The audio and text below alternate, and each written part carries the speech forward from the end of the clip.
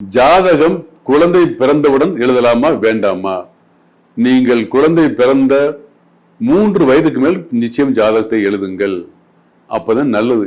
ஏன்னா நீங்க குழந்தை பிறந்த நேரத்துல தாப்பனாருக்கோ தாயாருக்கோ சிறிய பிரச்சனைகள் பெரிய பிரச்சனைகள் வரும். குடும்பத்துல எல்லாருக்குமே பிரச்சனை அனுபவிக்காத மனசே கிடையாது. நீங்க என்ன நினைப்பீங்கன்னா குழந்தை பிறந்த நேரம் சரியில்லையோ அப்படின்னு மனசை ஓடும். அதனால அந்த நேரத்துல நீங்க ஜாதகம் எழுதக்கூடாது. நீங்க ஜாதகத்தை பார்த்த உடனே ஒரு ஜோசியர் குழந்தை பிறந்த நேரம் சரியில்லைங்க, அது உங்களுக்கு பாதிக்குதுன்னா பெற்ற தாப்பன் கல் நெஞ்சக்காரனாக இருந்தாக பிள்ளையின் வளர்ப்பில் கவனம் செலுத்த மாட்டான். இதற்காகத்தான் அந்த காலத்துல குழந்தை பிறந்தவன ஜாதகம் எழுதான்னு சொல்லி வச்சாங்க.